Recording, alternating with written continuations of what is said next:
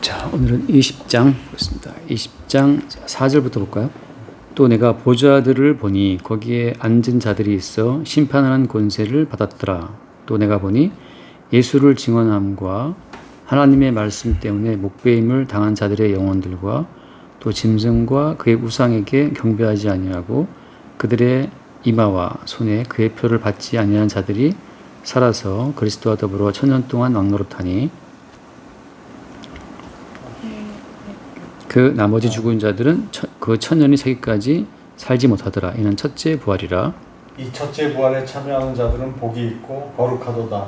둘째 사망이 그들을 다스리는 권세가 없고 도리어 그들이 하나님과 그리스도의 제사장이 되어 천년 동안 그리스도와 더불어 왕노릇하니라. 끝에 볼게요. 내가 보좌들을 봤다. 그리고 이제 거기에 앉은 자들이 있다라고 하잖아요. 이제 계시록은 이제 계시의 세계와 역사의 세계가 이렇게 중첩되어 있단 말이에요. 근데 이제 우리는 계시의 세계를 볼 수가 없죠. 왜냐하면 계시라고 하는 것은 계시의 세계의 주인공이신 주님이 주의 뜻을 따라서 자기를 열어 보이실 때만 이제 보이는 거니까. 그러니까 이제 우리 입장에서는 칼자루가 저쪽에 있기 때문에 주님이 보이실 때만 볼 수 있잖아요. 그러니까 스데반 집사가 죽을 때 기억나시죠? 죽을 때 그때 보라 하늘이 열리고 보좌 옆에 서신 그 인자가 서 있다는 것을 스데반이 보고 고백하잖아요. 그러니까 인자가 보좌에 서 있다는 것을 스데반이 말을 했을 때 그때 사람들이 이제 귀를 막고 돌들어서 스데반을 죽였단 말이에요. 왜냐하면 보좌가 하늘이 열리고 보좌에 인자가 서 있다는 것을 봤다는 자체가 이것이 그들로서는 용납할 수 없는 말이거든요. 그러니까 자기들이 용납할 수 없는 말을 스데반이 막 짓거리기 때문에 이제 죽여버린 건데, 그런 것처럼 지금 사도 요한이 보고 있는 거, 보좌들을 보니까 거기 앉은 자들이 있고 심판의 권세 받았다, 이런 모든 말들은 다 계시의 세계가 열릴 때만 보이는 거기 때문에 인간으로서는 이제 보이지 않는 어둠의 세계예요. 근데 이제 왜 인간들이 못 보냐 하면은, 인간들은 사실 선악과를 먹은 다음부터 자기 세계의 어둠에 빠져 있잖아요. 그러니까 지혜롭게 할 만큼 탐스러운 선악과 나무를 먹는 순간 오히려 인간들은 지혜로부터 멀어진 어둠에 빠지게 되었고, 그 증거는 뭐냐면 자기를 본다는 거예요. 자기를 본다는 거잖아요. 그러니까 인간은 사실 보좌에 계신 분과 또 그 보좌들을 볼 수 있는 것이 아니고, 인간은 자기만 봐요. 자기만 보기 때문에 인간들이 말하는 영과 혼과 육도 어때요? 아무리 인간들이 영과 혼과 육을 잘 쪼개고 분석한다 하더라도 그건 어때요? 결국은 그냥 자기 세계에 확대이기 때문에 다 육이에요, 육. 그러니까 인간들이 말하고 있는 뭐 천사론, 기독론, 뭐 귀신론 다 해봤자 어때? 그것도 그냥 자기 세계에 확대이기 때문에 다 어둠이고 악령들의 세계라고 하는 거죠. 그러니까 인간들은 영을 봐도 자기를 보고 혼을 봐도 자기를 보고 모든 만물을 봐도 인간은 자기를 보기 때문에 결국 인간은 모든 만물을 끌고 들어와 자기 세계를 끌고 들어오는 인간 자체가 블랙홀이라는 말이죠.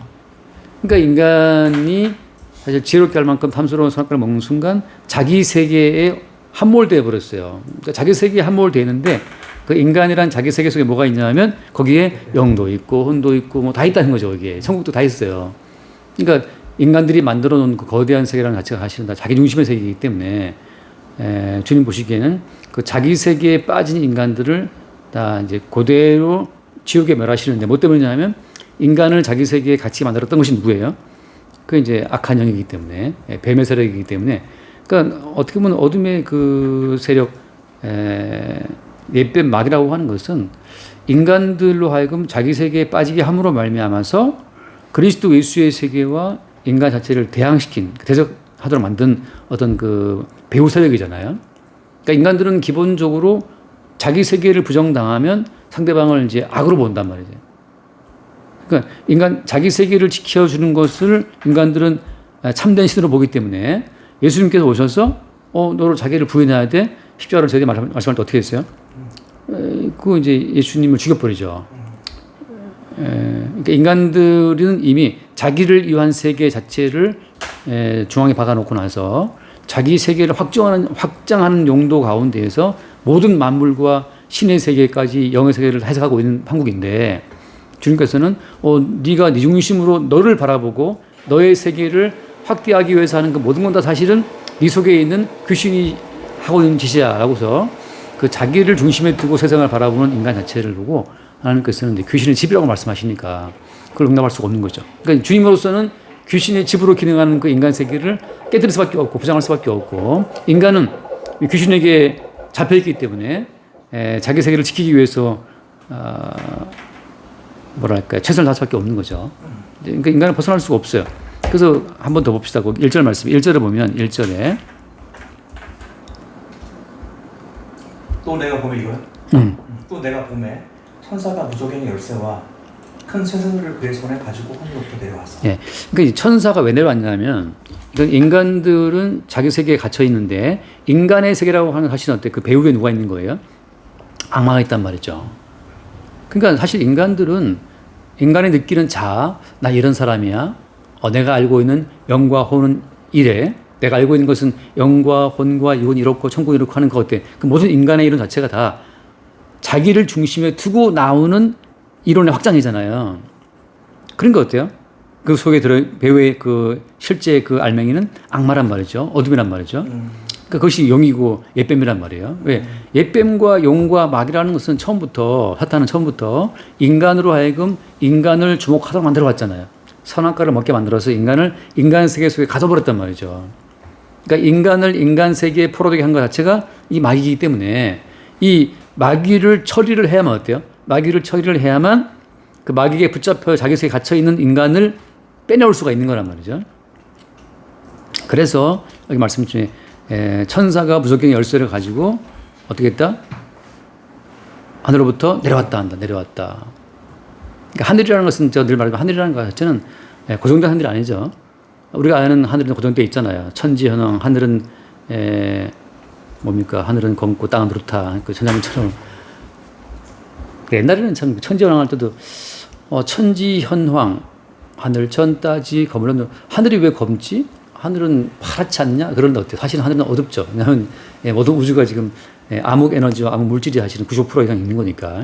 그러니까 암흑 에너지와 암흑 물질이 있다 보니까는 우주는 전부 어둡잖아요. 어둡단 말이죠. 그렇게 별들이 많이 하더라도. 별들이 많이 있다 하더라도 결국 5%에 불과한 거고 사실 모든 이 우주 만물은 암흑 에너지와 암흑 물질이 95%이기 때문에 사실 밖에 없죠. 근데 그 천자문에 저는 옛날에 하늘천 따지 거물현 하늘이 검다고 그게 좀 이해가 안 갔는데 나중에 좀 더 알다 보니까 그게 이제 납득이 가요. 하늘은 검죠. 그러니까 지금 또 이 오늘 우주 만물이 움직이고 있는 핵심 중앙점이 암흑 물질이기 때문에 인간은 그 뭔지 알 수는 없어요. 그러니까 계산상으로 했을 때 뭔가 지금 95%가 있는데 그건 뭔지 알 수 없다. 암흑 에너지가 암흑 물질이라고 하지만 그런 것처럼 말이죠. 그러니까 우리가 볼 때는 하늘은 고정되어 있지만 성경에서 말하는 하늘은 역사의 세계를 깨고 나타나는 거기 때문에 전주에 제가 어떻게 비유를 들었어요? 지난주에 드린 비유는 스노클링. 스노클. 그건 이제 찾는 말했는데. 그러니까 성막 자체가 성막은 없는 거잖아요. 그죠? 없는 건데 하나님께서 모세를 통해서 설계도를 말씀해 주신 다음에 조립하면 나온단 말이죠. 그러니까 성막이 조립해라 그러면 조립했다가 있다가 또 어떻게 분해하면 없어진단 말이죠. 그러니까 여호와의 영광이 구름 기둥과 불 기둥이 떠오르면 이동하면 불을 시켜버려야 돼. 없어졌어. 성막 어디 갔지? 없어. 성막은 없어. 또 이제 여호와의 영광이 멈췄어요. 어때? 또 조립해 있단 말이죠. 어떤 성막 자체는 있다가 없어지는 것처럼 하늘이라는 자체는 뭐냐면 열려 있다가 닫히는 거란 말이죠. 그러니까 계시의 세계가 그분 뜻 가운데 우리가 열려 주실 때는 어때? 명확히 아는 것 같고 이제 새로운 세계가 보이는 것 같은데 닫아버리면 또 아무것도 안 보인단 말이죠. 그러니까 우리가 알다시피 말라기 400년 동안 암흑시다 그러는데 말라기가 흔적이 없었잖아요. 세례원 때까지. 그러니까 주님께서 하늘을 열어서 보이시지 않으면 우리는 아무것도 알 수 없는 존재가 우리 인간이라는 말인데 그런 것처럼 지금 천사가 무성의 열쇠를 가지고 쇠사슬을 가지고 하늘에서 왔단 말이죠. 뭐 하기 위해서? 용을 어떻게 했다? 용을 이절 말씀 보니까 용을 잡으니라고 하죠. 용을 잡았다. 그 용은 누구였어요? 그 용은 옛뱀이다, 마귀다, 사탄 이런 용어를 막 쓰는 일은 뭐 때문에 그런 거예요? 용 자체가 사실은 실체가 있어요, 없어요? 실체 자체가 없고 단지 무엇으로 그리스도 예수의 주되심을 반발하는 어떤 그 활동성으로 나타나기 때문에 지금 이런 표현을 쓰고 있는 거예요. 물론 영이라는 표현을 쓰고 있는데 아까 잠깐 대화했지만 우리가 유일하게 살아계신 영은 하나님밖에 없어요. 하나님만이 하나님 영이시는 말씀처럼 하나님만이 영이시고 그 하나님이 보내신 성령만이 참된 영이시고 나머지 모두는 지옥의 불에 던져 넣어야 될 어떤 존재이기 때문에 우리가 굳이 영이라는 표현 자체를 쓰기도 좀 그런 거죠. 그냥 지옥에 불태워야 될 어떤 존재들로 다 지금 주님께서 만들어 놓으신 건데. 불순종이 영이라는 말씀도 있잖아요. 네, 그렇죠. 예, 있죠. 예. 걔네들이 영이라는 표현을 그러니까 썼더라고요. 예, 왜 쓰냐면 이런 거예요. 하나님이 영이시기 때문에 영이신 하나님을 대적한다는 점에 있어서 그런 표현을 쓰는 겁니다. 예. 그러니까 독자적인 의미를 가진 영은 없어요. 다 영이신 하나님을 중심에 두고 보니까 그 반대적인 개념으로다가 불순종이라는 말을 하고 있는 거예요. 똑같이 왜 용이냐 하면 왜 뱀이냐 하면 어린 양 예수 그리스도를 중심에 두고 봤을 때 그게 용이고 뱀인 거예요.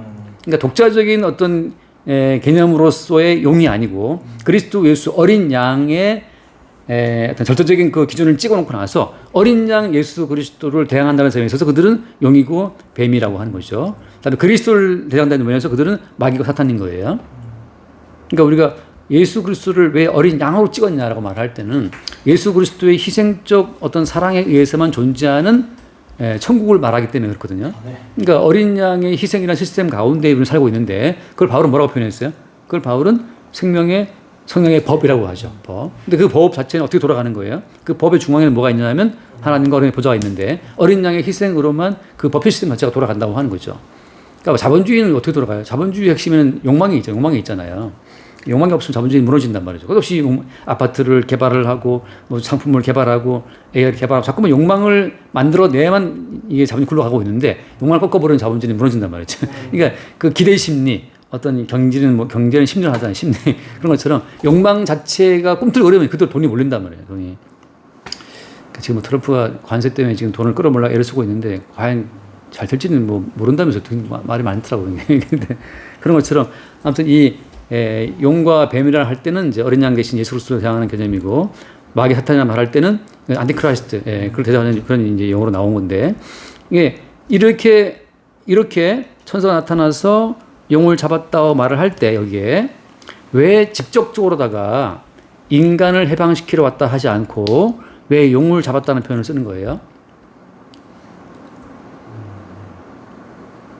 직접적으로다가 마귀에 붙잡힌 인간을 잡으러 왔다 이렇게 해방을 하러 왔다 말씀하지 않고 용을 잡았다라고 말하는 것은 이미 모든 인간은 용과 옛뱀과 하나가 돼 있기 때문에 그런 거예요. 근데 이것은 사실 아주 예리한 메스로 쫙 이렇게 협착된 것 자체를 이렇게 쫙 분리해놨던 그 외과 의사의 어떤 그 칼처럼 말이죠. 지금 용과 인간은 붙어 있어요. 거의 하나란 말이죠. 그래서 늘 하는 말처럼 원래 마귀를 위해서 예비된 지옥에 누굴 보내는 거예요? 인간을 보내잖아요. 그 주님께서 모든 민족을 모아놓고 양과 염소의 민족을 분리할 때 그 염소의 민족한테 다시 말씀이 뭐였어요? 마귀를 위해 준비된 영원한 불에 들어가라 한단 말이죠. 그러니까 사실은 이미 마귀와 인간이 하나이기 때문에 마귀를 붙잡아서 결박을 하는 과정을 통해서 뭘 끄집어내시는 거예요? 그래서 거기에서 이제 택한 백성을 끄집어내시는 거란 말이죠. 그 잠깐 한번 얼른 읽어보면 우리가 마태복음 12장에 그런 표현이 있잖아요. 마태복음 12장 그 강한 자를 결박한다는 표현. 저희 강한 자를 결박하고 어디갔냐? 12장 28절부터 볼까요?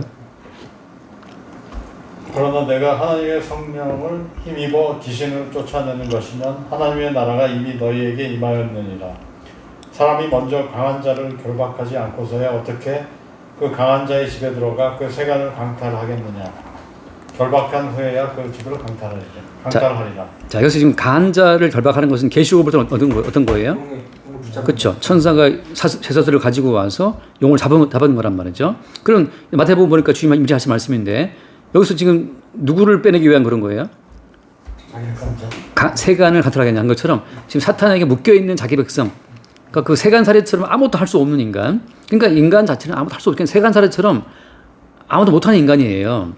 그 세간을 강탈하는 것처럼 주님께서는 아무것도 못하는 그 인간 자체를 끄집어내기 위해서 먼저 그 인간을 붙잡고 있는 용을 먼저 결박하신다고 하는 거죠. 그러니까 아까 제가 말씀드린 인간이 영이 어떻고 혼이 어떻고 사물이 어떻고 제가 옛날에 그 영과 혼과 유기에 빠져갖고 한 3, 4년 동안 그 고민을 많이 했는데 이게 사실은 다 헛적을 한 거. 그냥 인간이 자기 세계를 확증하는 자기 세계의 그 확대 가운데에서 영과 혼과 이렇게 만들어 놓은 거예요. 다 사실은 누가 놀아난 거예요, 그건? 결국 영에 놀아나고 있는 겁니다.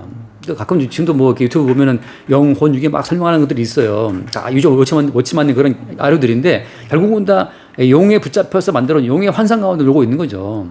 아무리 인간이 영과 혼과 육을 정확히 알고 육적인 사람이 벗어나서 혼적인 사람이 되고 혼적인 사람이 영적인 사람이 된다 하더라도 어때요?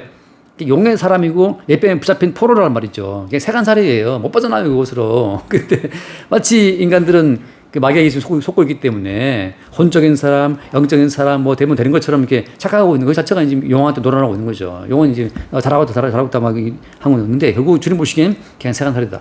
그래서 지금 천사가 내려와 사자를 갖고 그 강한 자 용을 결박한단 말이죠. 어떻게 결박해서 어떻게 했어요? 몇 년 동안 결박했다? 네, 천년을 결박했다. 천년이라는 것은 어떤 의미라고 제가 전에 말씀드렸잖아요. 계시의 시간인데 그 계시의 시간도 막 막연하게 들 수 있는데 천년의 말을 할 때는 사실은 그리스도 예수께서 언약을 다 이루시고 성취한 시간, 다시 말해서 하나님의 모든 언약이 완료된 어떤 그 영역을 말하고 있는 거예요. 하나님의 모든 언약이 완료되고 성취된 그 영역. 이거는 좀 말하기 복잡하긴 한데 사실 이제 시간이라고 하는 것은 하나님께는 시간이 의미가 있습니까? 없습니까? 하나님께 시간이 의미가 없어요. 단지 시간이라는 것은 어때요? 인간에게만 의미가 있어요. 존재. 왜냐하면 인간이라, 이제 제가 가끔 이거 어떻게 설명할까 고민을 많이 했는데, 롯데월드 타워가 몇 층이죠? 롯데월드 타워가 123층인가 있잖아요. 지금 완공돼 있잖아요. 그죠? 완공돼 있지만, 만약 저는 아직 가본 적 없는데, 만약에 거기를 간다고 치면 어때요? 제가 1층에 들어가서 1층을 다 둘러보고 그다음에 2층에 뭐가 있나 둘러보고 3층 둘러보고 그러면 뭐가 필요하죠? 그렇게 하려면 일단은 시간이 필요하죠. 그죠? 우리는. 근데 이미 롯데월드 타워는 돼 있어요? 안 돼 있어요? 이미 완료돼 있단 말이죠. 그러니까 완공된 롯데월드 타워가 완공돼 있는데 그것을 개체인 내가 둘러볼 때 어때요? 시간이 필요하단 말이죠. 다시 말해서 하나님의 모든 세계는 어때요? 이미 완료가 돼 있어요.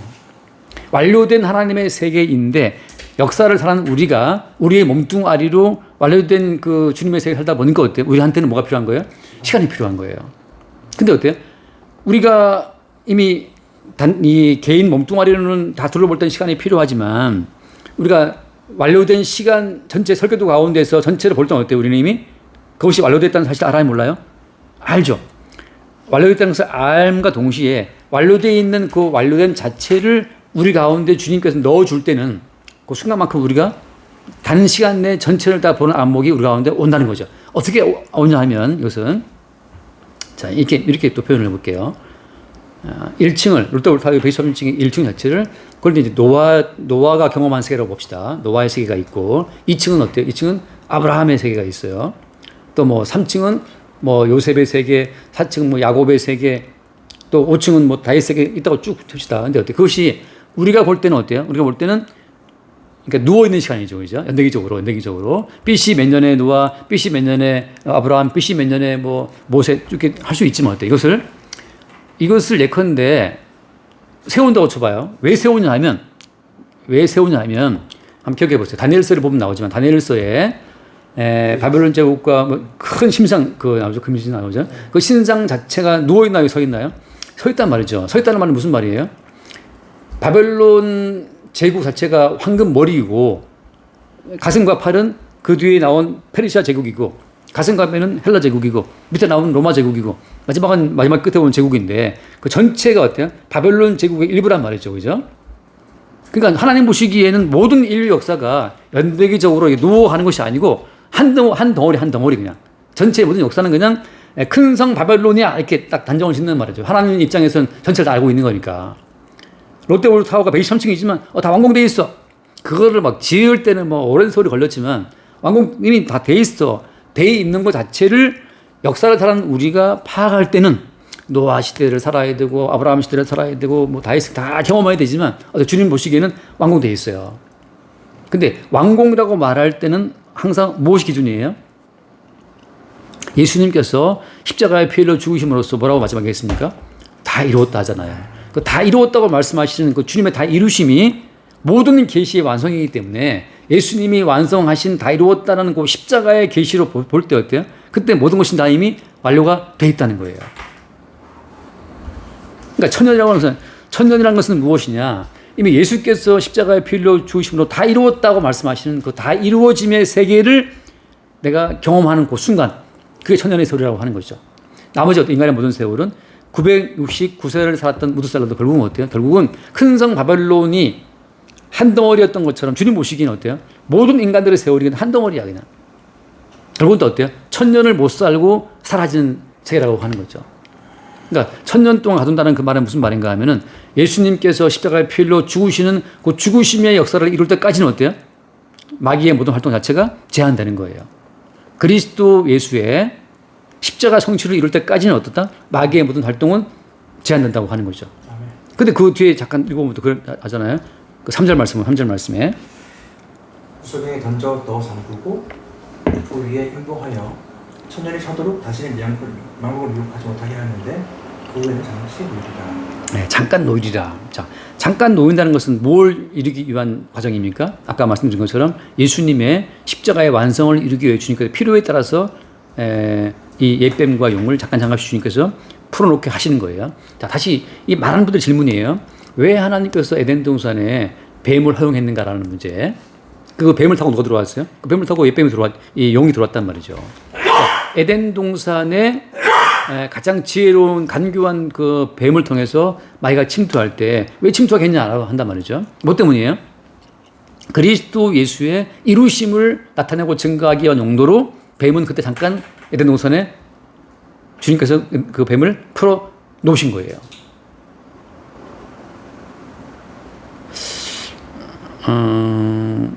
그러니까 이게 지금 선악과를 먹은 인간은 선악 구도로 모든 걸 바라보기 때문에 뱀은 나쁜 뱀을 하나님이 허용할 수 없어 이 생각하잖아요. 근데 하나님께서는 어때요? 하나님께서는 선악과 나무도 심어놓고 뭐도 심었어요? 생명나무를 심었잖아요. 하나님 앞에서는 그것이 의미가 있어요 없어요? 하나님 보시기에는 선악과와 생명나무 자체의 논리에 하나님이 매입니까 안 매입니까? 안 매이죠. 그러니까 주님 보시기에는 그 자체가 의미가 없는 건데 인간들이 볼 때 이미 선악과를 먹었기 때문에 그런 구도로 하나님을 보는 거예요. 이거 어때요? 왜 하나님이 선하신 분인데 뱀을 풀어놨을까라고 생각 자체가 그것이 어때요? 이미 선악과를 먹은 인간의 아이디어인데 그렇게 하나님을 보는 곳은 그 배후에 누가 있는 겁니까? 결국 용이 있는 거죠. 그러니까 사탄이 인간으로 하여금 야 하나님은 그럴 리가 없지. 하나님은 선하신 분을 어떻게 뱀을 풀어놨어? 그건 이상한 하나님이라고 그 썰을 풀고 있는데 그 썰을 푸는 것은 누구다? 그것이 사실은 옛뱀이고 용이고 마귀라고 하는 거예요. 근데 잠깐 말씀 볼게요. 요한복음을 보면 요한복음 13장을 보면 요한복음 13장에 제가 몇 번 여러 번 얘기했지만 요한복음 13장에 보면은 자 26절의 말씀에 보면 26절에 누가 예수를 판다 그러니까 누가 예수를 팝니까? 물어보잖아요. 그럴 때 26절 예수께서 대답하시되 내가 떡 한 조각을 적셔다 주는 자가 그니라 하시고 곧 한 조각을 적셔서 가룟 시몬의 아들 유다에게 주시니 조각을 받은 후 곧 사탄이 그 속에 들어간지라. 자 여기서 보면 예수님이 최후의 만찬을 나누는 자리란 말이죠. 이건 어때요? 단순한 만찬이고 어떤 만찬이었어요? 이것은 새 언약. 예수님이 자기 피로 세우시는 새 언약의 현장이잖아요. 예수님이 자기의 피로 세우시는 새 언약의 현장에 누구를 풀어놨어요? 사탄을 풀어놨어요. 그래서 난 옛날에 볼 때 이게 말이 되나? 어떻게 이 신령한 자리에 사탄이 기웃거리지? 근데 이제 옛날에 볼 때 이제 그런 생각이 드는 거죠. 이제 아직 선악과를 먹은 그 티를 막 낼 때, 아니, 예수님이 거룩하시고 신령하신 분인데 사탄이 거기 이 더러운 사탄이 들어왔다고? 말도 안 돼. 근데 어때? 이것은 주님께서 어때? 주님께서 자기의 역사를 위해서 풀어놓은 거예요. 그리고 무슨 말씀 하셨어요, 그리고? 사탄이 그 속에 들어간지라 그 다음에 유다한테 하신 말씀이 네가 하라는 일을 가서 속히 해라 한단 말이죠. 마찬가지죠. 사탄이 뱀에게 들어갔을 때 하나님께서는 야 뱀아 가 네 일을 해 라고 하신 거예요. 그때 뱀은 무슨 일을 한 거예요? 그때 뱀은 가서 뭐 했어요? 아담과 하와를 이용을 했죠. 지금 이 유다는 뭐 합니까 이제? 주님께서 가서 네 일을 해 이러니까 just do it, 네 일을 해라 그러니까 유다는 가서 뭐 했어요? 뒤에 보면 나오지만 돈 받고 예수를 팔아버렸단 말이죠. 그러니까 여기서 이제 선악 논리에 빠진 우리 바꿔 말하면 어때요? 바꿔 말하면 용과 이 마귀와 사탄 논리에 빠진 우리들은 이런 것을 이해하기 힘든 거예요. 어떻게 이럴 수가 있냐라고 하는데 어때? 주님 입장에서는 다 이뤘다는 그 주의 언약을 이루기 위해서 잠깐 뱀을 풀어 놓으시고 또 어때요? 가둬 놓으시고 하는 것 자체를 주님이 임으로 하신단 말이죠. 그러니까 주께서 결박해서 갖다 놓을 때는 어때? 그때는 어때? 우리가 모두가 다 그냥 주님을 사랑하고 주를 경배하고 막 우리 마음이 포근하고 주님의 사랑으로 충분하고 그때는 뭐 모든 걸 줘도 괜찮아. 돈도 아깝지 않아. 목숨도 아깝지 않아. 근데 어때요? 잠깐 주님이 풀어놓으시면 어때? 그러면 또 살기 위해서 예수를 모른다고 3번 부인하고 뭐 이럴 수 있습니까? 막 댐비고 뭐 난리 나는 거죠. 이것은 뭘 말하는 거예요? 지금 우리는 성도는 이 두 세계 천년에 완료된 세계, 천년으로 표현된 그리스도 예수의 그 완료된 세계를 살 때에는 스데반처럼 죽음도 안 두려워. 예수님이 다 일어났기 때문에 십자가에 죽음에 연합되어 갖고 돌 맞아 죽는 과정에도 스데반 얼굴은 선처처럼 막 밝아. 전주에 집사님 했던 것처럼 이빨 2개 뽑아도 어때? 이빨 2개 뽑아도 십자가에 죽는 다시 예수와 연합되는 과정 가운데서는 두렵지 않고 오히려 십자가의 은혜로 막 눈물이 줄줄 흘러. 그러니까 이건 남들이 볼 때는 돌았나 싶을 정도가 되는 건데 천년 동안 사탄을 가다 놓을 때는 주님의 이루어진 완료된 세계의 평안이 주어지기 때문에 이때는 아무런 내 목이 날아가도 어때요? 아무 문제가 안 돼요. 근데 어때? 주님이 잠깐 그들을 풀어놨을 때, 풀어놓을 때는, 풀어놓을 때는 어떻습니까? 이거는 뭐 예수고 뭐고 나발이고 없어요. 다 부인하고 도망가고 뭐 사는 인생이까지 뭐냐 하고 막 회의가 들어오고. 내가 지난주에 그 어머니 병원 갔다 오면서 약간 너무 피곤한 거야. 피곤해가지고 제가 GPT랑 장난친 거죠. 이제 나 사기 싫다. 하나님이 사랑하시면서 이렇게 왜 인생을 괴롭게 하냐. 이게 내가 물어봤다. 그러니까 하나님이 사랑하시면 왜 이렇게 괴로워 인생이 하고 얘가 또 막 나를 설득하느라고 막 전도하느라고 막 또 하나님 그 괴로움 속에 뜻이 고통의 뜻이 있습니다. 또 막 썰을 막 풀어놔요. 그게 놀다 보니까 이제 재미가 있죠. 그런 것처럼 이게 사탄이 잠깐 풀어날 때는 우리를 막 유린한단 말이죠. 자, 이런 그림은 또 어디 볼 수 있어요? 이런 그림은 욥을 하나님이 사랑하실 때 물어보시잖아요. 저 사탄한테 너 뭐 보고 왔냐 할 때 어때요? 둘이 다 보고 왔다 하잖아요. 뜻이 하신 말씀이 욥을 봤냐? 봤다. 그 어떻게 했어요? 결국은 욥을 한번 괴롭혀봐라 하고 잠깐 뱀 풀어놓듯이 잠깐 욥한테 사탄을 풀어놨단 말이죠. 그러니까 잠깐 사이에 욥이 평생에 이루었던 집안 재산을 다 박살내잖아요. 물론 그것도 주님 주신 거지만. 그러니까 잠깐 사탄을 풀어놓는 것은 뭐 때문에 결국은? 이것은 천년이라고 하는 그 세월, 다시 말해서 주께서 주의 피로 이루어 놓으신 완료된 세계를 나타내고 증거하기 위해서 어때요? 잠깐씩 뱀을 풀어 놓으시는 거예요, 이게. 그러니까 어떻게 보면 성도는 거기 동원되어 있기 때문에 성도는 자기 인생이 한 번씩 그냥 까마득하게 추락했다가 또 일어났다가 성도가 그냥 천년의 행복을 누리다가 그 다음에 처박혔다는 반복을 누리면서 우리는 뭘 보는 거냐면 주님이 다 이루신 완료의 세계가 어떤 세계인지를 맛을 보는 거예요. 이게 주님이 이루신 세계구나. 근데 주님께서 그 세계로 우리를 끌어주지 않으면 우리는 곧바로 추락. 우리는 지옥을 맛보는 거예요.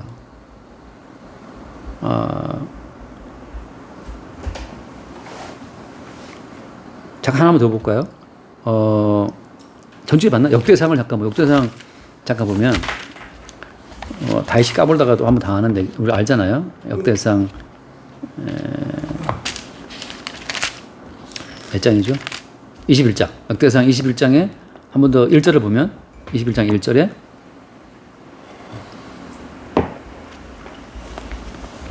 사탄이 일어나 이스라엘을 대적하고 다윗을 충동하여 이스라엘을 계수하게 하니라.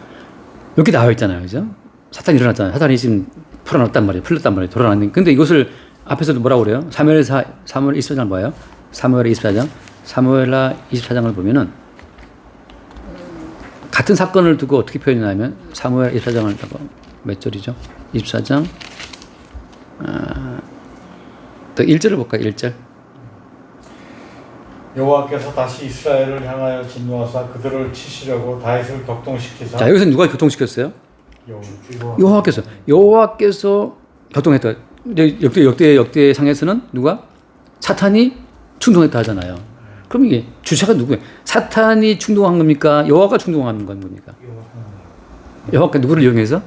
여호와가 사탄을 풀어놨어요. 야, 가서 제가 가서 물어라. 지금 다윗이 좀 까불고 있다. 그래서 그러니까 이게 자기가 중심에 있는 인간들은 자기를 괴롭히는 자를 무조건 악마로 보거든요. 그러니까 집안이 망했어. 그럼 악마가 역사했다고 난리 났어. 근데 사실은 그 악마를 누가 풀어놓은 거예요? 주님이 풀어놓은 거예요. 결국 누굴 대적하는 거예요? 주님 대적하는 거지. 이런 것을 다윗은 어때요? 한 번 겪습니까? 한 번 더 볼게요. 그 사무엘 상을 잠깐 보면 제가 택한 백성이 어떻게 지금 그 대단한 걸 보여주고 말씀드리고 싶은 건데 사무엘하 17장인가 상상 사무엘 상에 보면 왜 다윗이 골리앗 때려붙이고 나서 그 사울 왕한테 저 발탁돼 가지고 근데 그 저 사울이 왜 그 저 악령 날리시는 거 몇 장이냐 나오죠? 악령이 있겠네. 예, 18장이네요. 사무엘상 18장 그 10절에 보면 10절에 이 정말 재밌는 표현이에요. 또 그거. 18장 10절. 그 생각 하나님께서 부리시는 악령이 사울의 힘이 있게 내리네. 그가 집안에서 정신없이 떠들어대므로 다윗이 평일과 같이 손으로 소금을 타는데 그때 사울의 손에 창이 있는지라. 자, 하나님께서 부르시는 악신이라고 하잖아요. 악령을 하잖아요. 그러니까 하나님께서 사울에게 악령을 풀어놨어요. 그러니까 악령이 어떻게? 사울을 장악해서 결국 사울로 하여금 다윗을 죽이려고 창을 던졌단 말이죠. 이런 일이 반복되잖아요. 다시 말해서 지금 다윗은 사실은 수시로 천년의 세월 주께서 이루어 놓으신 그 완료의 세계를 살다가 그러니까 천년의 그 시간, 이제 인간 역사의 시간이 아니잖아요. 역사의 세계를 넘어선 그리스도가 이루어온 천년의 세월을 살 때는 어때? 골리앗도 두려워 안 두려워? 골리앗도 안 두려워요. 다 두려워 떠는데 다윗은 안 두려워. 저것이 죽은 개 같은 게 설치고 있네 하고 그냥 골리앗 볼 때 죽은 개처럼 본다는 말. 개 패는 거 뭐 어렵지 않잖아요. 개 패는 거는 뭐 개 좀 때려봤어요, 집사님도. 저 시골 할 때 옛날에 뭐 개들이 똥개들이 많으니까 머리가 많이 괴롭히고 그랬는데, 그러니까 다윗이 볼 때 골리앗은 그냥 개새끼 한 마리에 불과한 거죠. 언제? 천년의 세월에 그 공급되어 있는 주의 은혜를 받고 보니까 아무것도 아닌 거야. 스데반이 천년의 세월에 연합되어 있을 때에는 돌팔매도 안 두려운 거죠. 근데 잠깐 주님이 잠깐 이 무적인 너전 이 천사 잠깐 풀어놓으니까 어때요? 그때는 사울도 미쳐 날뛰고 다윗도 밧세바 보고 그냥 군침 올리고 그냥 그 사건을 치고 난리법석을 떨고 말이죠. 예, 욥도 그냥 집안 박살나고 또 다윗은 또 인구조사만 한다고 또 교만에 쩔어서도 막 설치고. 그러니까 이게 잠깐 풀어놨는데 근데 박살나는 거죠. 그냥 개판되는 거예요. 그래서 그 뒤에 말씀 볼게요. 돌아와서 20장 4절 말씀 보면 20장 4절. 또 내가 보자들을 보니 거기에 앉은 자들이 있어 심판하는 권세를 받았더라. 또 내가 보니 예수를 증언한가 하나님의 말씀 때문에 목배임을 당한 자들의 영혼들과 또 짐승과 그의 우상에게 경배하지 아니하고 그들의 임화와 손에 그의 표를 받지 아니한 자들이 살아서 그리스도와 더불어 천년 동안 왕노릇하니. 네, 천년 동안 왕노릇한다. 여기서 이제 천년 왕국이라는 말 나오는데, 천년 왕국이라는 말이 지금 신학적으로 굉장히 뭐 썰이 많고 너무 많은데, 사실은 천년 왕국 자체가 그 말이 의미가 없는 게 뭐냐면, 아까 드린 말씀처럼 주님이 천사를 보내서 용을 결박하잖아요, 그죠? 결박하는 그 순간 어때요? 택한 백성에게는 천년의 왕국이 이루어진 거예요. 어때? 그때는 다윗이 골리앗을 때려잡아. 그때는 어때요? 스데반이 돌아맞아 죽어도 어때요? 고통을 느껴 못 느껴? 고통을 느끼지 않고 오래 빛이 나. 이 왕처럼 살고 있는 거예요. 주께서 함께. 그런데 잠깐 풀어놓을 때는 다윗도 추락이고 욥도 다 추락이에요. 무슨 말인가?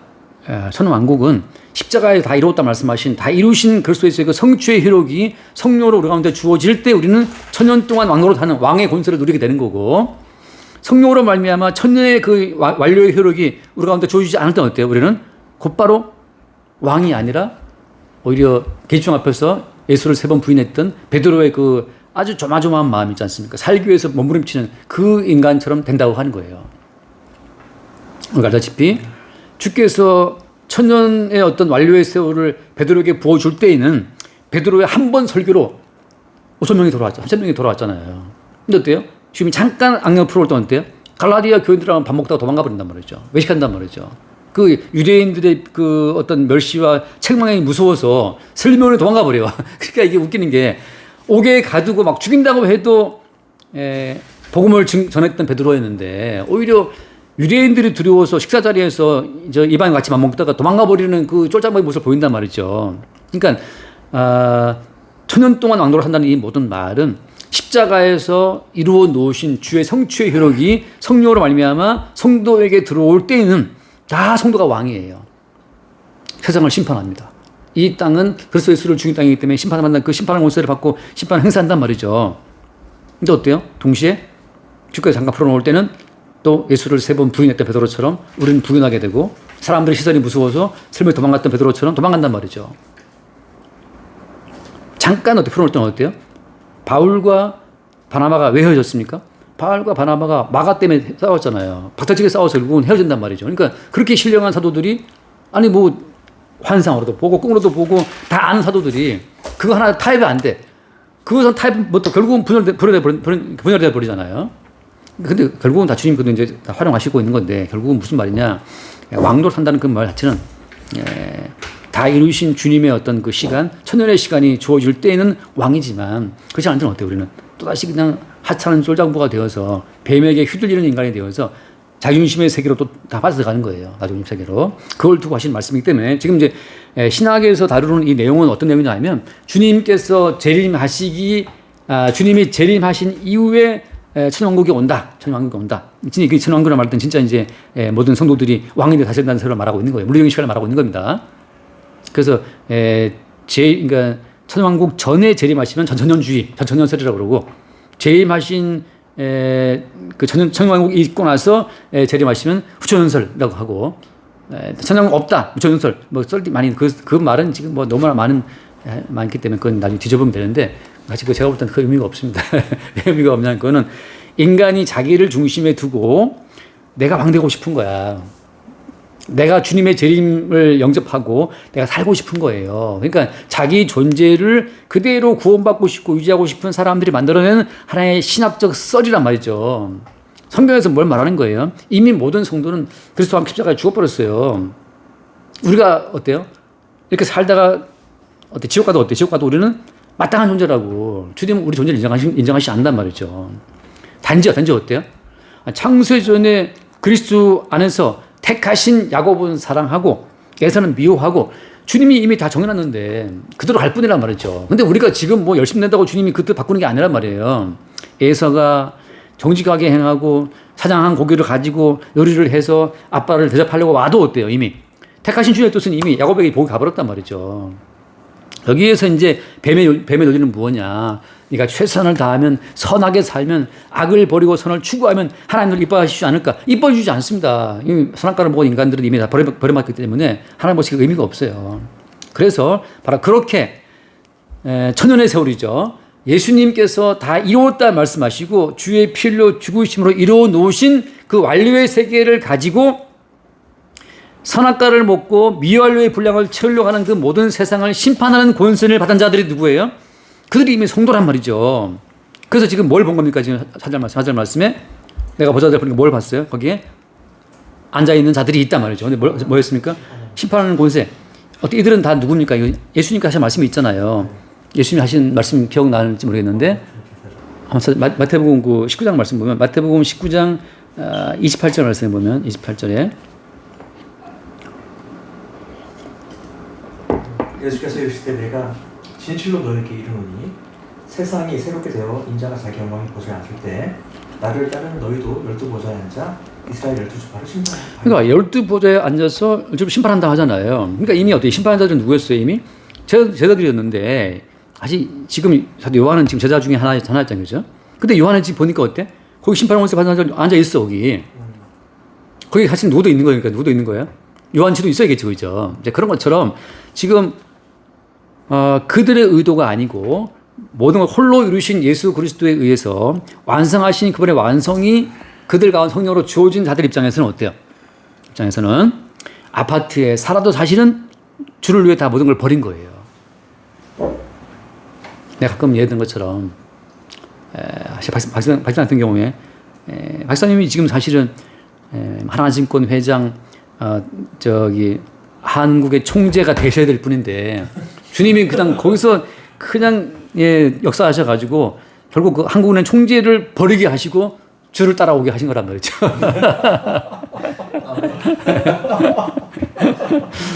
최부상 같은 경우에 사실은 지금 뭐 최종현 SK 회장 옛날에 지금 최태원 SK 회장이 될 사람인데 주님이 그걸 다 버리게 하고 지금 지금 거덕하게 하고 있단 말이죠. 마치 그런 것처럼 지금 베드로를 포함 12명의 제자들은 사실은 어마어마한 것들을 할 수 있는 사람이지만 주님이 창세전에 택하심으로 말미암아 모든 걸 다 그런 것들을 다 버리게 하고 주를 따라오게 한 거예요. 그러니까 베드로 쪽에서는 내가 뭘 버렸나요 할지 모르지만 주님은 이미 모든 걸 버린 것으로 계산하시는 겁니다. 왜? 그거 자체가 어때요? 이거 제 논리가 한번 들어 논리가 왜 말이 되냐 하면 베드로로 하여금 그렇게 업으로 나게 하신 분이 누구예요? 그 주님이란 말이죠. 다시 말해서 주님께서는 이미 창세전에 택하실 때 이 땅의 모든 권세와 영광을 다 버리는 자로 그렇게 택하셔서 태어난 거예요. 제 논리가 왜 무리가 아니냐 하면 생각해 보세요. 저는 이번 주에 입다를 제가 오후 예배 때 하면서 야 진짜 어떻게 보면 참 저주받은 인생이다. 아니 내 엄마가 술집 여자? 마담? 뭐 그것도 오케이. 그런데 하필 또 몸 파는 여자인데 기생이야. 부끄러울 것 같아요. 근데 입다는 기생의 아들이었잖아요. 근데 누가 그렇게 태어나겠습니까? 입다 기생의 아들로? 주님이 태어나겠다면. 사실 왕의 아들로 태어나도 괜찮은데 주님이 하필이면 모욕적으로 멸시받는 아들로 태어나게 했단 말이죠. 누가 한 거냐? 주님이 했단 말이죠. 그러니까 사실 입다 같은 경우에는 왕궁의 모든 걸 버린 자로 취급되는 거예요. 다시 말씀드리지만 이것도 같은 논리입니다. 모세는 한 번 또 자기의 의지로 모세가 애굽의 모든 보화를 버렸습니까? 안 버렸습니까? 모세는 자기 의지로 공주의 아들이라는 칭을 버린 게 아니에요. 지 손가락 못 이겨가지고 돌로 사람 쳐죽여서 도망갔잖아요. 살해자가 되어서. 근데 히브리서는 뭐, 히브리서 말 나오잖아요. 히브리서에서. 그거 한번 얼른 봅시다. 히브리서 11장에 나오나, 몇 장에 나오나. 히브리서?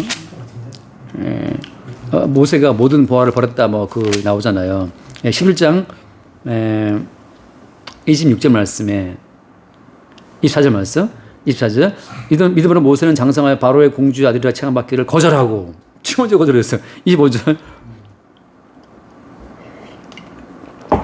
이거 보세요. 25절 도리어 하나님의 백성과 함께 고난받기를 잠시 제약의 낙을 누리는 것보다 더 좋아하고 그 다음에 그리스도를 위하여 받는 수모를 애굽의 모든 보화보다 더 큰 재물로 여겼으니 이는 상 주심을 바라봅니다. 이건 모세가 개인적인 의지로 무슨 뭐 애굽을 자기가 보화를 다 버리고 떠나지 않았단 말이죠. 그냥 자기 성깔 했는데 어때요? 이것을 주님께서는 지금 모세가 버렸다. 모세 거절했다고 말씀하는 이 근거가 뭐죠? 이 근거는 창세전에 그리스도 안에서 모세를 택하신 주님께서 그런 식으로 모세가 애굽의 영광을 버리도록 기획을 하신 거예요. 지금 이해되십니까 이게? 그러니까 이 지금 모세라고 하는 독립적인 인격체를 중심에 두고 말씀을 보면 이 말이 이해가 안 가죠. 모세는 헛개비라니까 모세는. 아까 그 세간살이처럼 모세는 헛개비예요. 주님이 무조갱의 열쇠를 가지고 와서 천사를 보내서 악한 영을 결박해서 쳐놨단 말이죠. 그게 어떻게 그리고 모세를 끄집어내신 거예요. 그러니까 모세를 끄집어낼 때는 이것은 주님께서 모세를 끄집어낼 때는 야 모세야 너는 공주 아들이라 칭함하는 거절하고 백성 권한받기를 위해서 애굽을 다 버렸어라고 하는 것을 주님께서 이렇게 기억하셨기 때문에 이건 모세가 버린 게 아니고 주님이 그렇게 기억을 하신 주님 안에서 버린 것으로 취급된다는 거죠.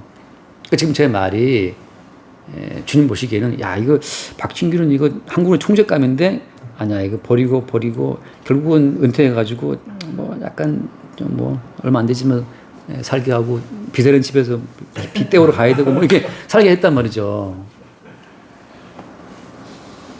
취업자 같은 경우에도 이거 뭐 큰 사업가 될 사람인데 주님이 다 버리게 해서 그리고 이제 그런 것처럼 이건 지금 우리가 아니고 우리를 택하신 그리스도의 의지에 의해서 그렇게 버리는 식으로 주님이 인도해 왔다는 거예요. 그러니까 그때 공부할 때 놀았고, 그때 공부할 때도 공황장애 가서 공부를 못했고, 그때도 사업할 때 뭐가 배신당했고 하면서 결국은 이렇게 됐단 말이죠. 자, 그래서 그런 식으로 지금 제자들이 따라온 거예요. 그들은 자, 그럼 이거만 마칩시다. 돌아가서 20장 4절 말씀, 20장 4절 한 번 더 보면 앞에 또 내가 보좌들을 보니 뭐라고 했어요? 거기에 앉은 자들이 있어도 어떻게 했다? 심판하는 곳에. 자, 심판하는 곳에 봤다는 이거 뭘 심판하는 거예요? 자기가 주체가 되어서 자기의 의지로 주를 믿었네, 주를 따랐네, 순교를 했네, 헌신을 했네, 전도활동을 했네, 교회를 세웠냐는 그 모든 자기중심적인 모든 행동 자체가 사실은 옛 뱀에 의해서 미혹된 인간의 행위야라고 하는 것으로 심판을 때리는 거예요. 모든 것은 십자가의 피일로 죽음을 심어 다 이루었다고 말씀하시는 성취하신 그리스도 예수의 근거를 두고 벌어지는 일이라는 사실로 심판하는 거예요. 네가 원인이 아니고 홀로 모든 언약을 이루신 그리스도 예수께서 원인이야라고 하는 것으로 심판을 때려버리는 거죠. 네가 지금 건강을 잘해서 건강한 게 아니고, 네가 지금 잘 먹어서 몸을 유지하는 것도 아니고, 네가 지금 잘 키워서 네 애들이 잘 있는 것도 아니고, 네가 효도를 잘했기 때문에 부모님이 한 건 아니고, 어때요? 모든 것의 원인이 십자가에 풀려 죽으신 그리스도 예수로 말미암아 주어진 은총의 선물이었다는 사실로 심판을 때리는 거죠. 그러니까 인간의 요소를 다 없애버리는 거예요. 왜? 인간의 요소는 다 배후에 누가 있으니까? 배후에 용이 있고 뱀이 있고 사탄이 있기 때문에, 인간이 독자적으로 자기를 의식하는 모든 인식은 다 어때? 배후에 누가 있다? 용이 있기 때문에 그걸 심판하는 거죠. 그래서 하신 말씀 뭡니까? 예수님처럼 그 샘플만 읽고 마십니다. 예수님이 심판하신 샘플이 어떤 거였어요? 마태복음 아시죠? 베드로가 주여 그림 앞서 할 때 답변이 뭐였어요? 사탄아 너희들 물러가라. 그게 심판이죠. 따라서 우리가 주님 이건 지금 이렇게 하면 될 것 같은데요 라고 할 때 사탄아 물러가라 하죠. 주님 왜 안 됐습니까 이거? 섭하네요 할 때 어때요? 사탄아 물러가라. 네가 사람의 일을 생각한다. 사람의 일인 거 누구의 일인 거예요 결국? 그게 사탄의 일이었던 거예요. 사람의 일을 생각한다라고 책망했잖아요. 그러면서 앞에서 뭐라고 했어요? 사탄아 물러가라 했단 말이죠. 책망은 get behind me Satan라고 해놓고 나서 설명은 사람의 일을 생각했다 한단 말이죠. 결국 사람의 일이 곧 이꼴 뭐였던 거예요? 사탄이 일했던 거예요. 예, 우리에게 벌어지는, 우리가 물 한 모금 마시는 것 자신 어떻습니까? 모든 것을 이루신 십자가에서 완료하신 그 천년의 세월로부터 주어지는 은총의 선물로 물 한 모금 마시는 것이었지, 내가 워낙에 뭐 성대가 좋아서 식도가 좋아서 마시는 게 아니란 말이에요. 그걸로 주님이 심판한다는 거죠. 그러니까 성도 입장에서는 그렇게 책망에 와서 알게 되는 그 순간 어때요? 순간 천년의 세월을 살고 있는 거예요. 그 순간 천년 동안 왕노를 한다는 이 왕노릇이 이루어지는 겁니다. 밥 한 번 먹는 거, 수 한 번 쉬는 것도 어때요? 천년의 세월로부터 주어지는 은총으로 쉬기 때문에 성도 입장에서는 천년왕국을 이미 누리고 있는 거예요. 그리고 그때 말씀처럼 것이 뭐다? 첫째 부활이다. 첫째 부활은 십자가에 죽고 살아나신 예수님의 생명에 닿아있기 때문에, 십자가에 죽고 부활하신 예수의 생명과 연결되어 있는 점에서 우리는 천년의 세월을 살고 있는 겁니다. 말도 약간 문장이 좀 꼬였는데, 천년이라고 하는 주님이 이루어 놓으신 세계의 그 원재료를 우리가 공급받아 살고 있다고 하는 거죠. 그러니까 우리가 숨쉬는 것은 우리의 힘으로 숨쉬는 것이 아니고 천년의 세월로 대표되고 있는 예수의 이루심의 세계, 그의 성취의 어떤 열매로서 숨쉬고 있는 거란 말이죠. 이게 그들이 어제 첫째 부활에 참여한 자라고 하는 거죠. 여기까지 합시다. 다음 주에 한 번 더 하겠습니다. 천년왕국 기도하시죠. 목사님 기도하시죠. 예. 주님 감사합니다. 우리가 예상치도 않았던 천년의 그 시간의 완전함을 성령을 통해 알게 하시니 감사합니다. 내가 주체가 되어 사는 삶이 사실은 용과 옛뱀과 마귀와 사탄이 주도하는 삶임을 알게 하시고, 주님이 보내신 천사에 의해서 그 악한 영이 결박될 때마다 우리는 깨어나서 다시 우리 삶의 근본 뿌리가 우리에게 있지 않고 주께 있음을, 모든 걸 완료하신 그리스도의 성취에 있음을, 그리하여 천년의 그 시간의 완전함을 누리게 하시는 주께 있음을 늘 설계 보고 주를 찬송케 하여 주옵소서. 우리 주 예수를 기도드립니다. 아멘. 기도했습니다.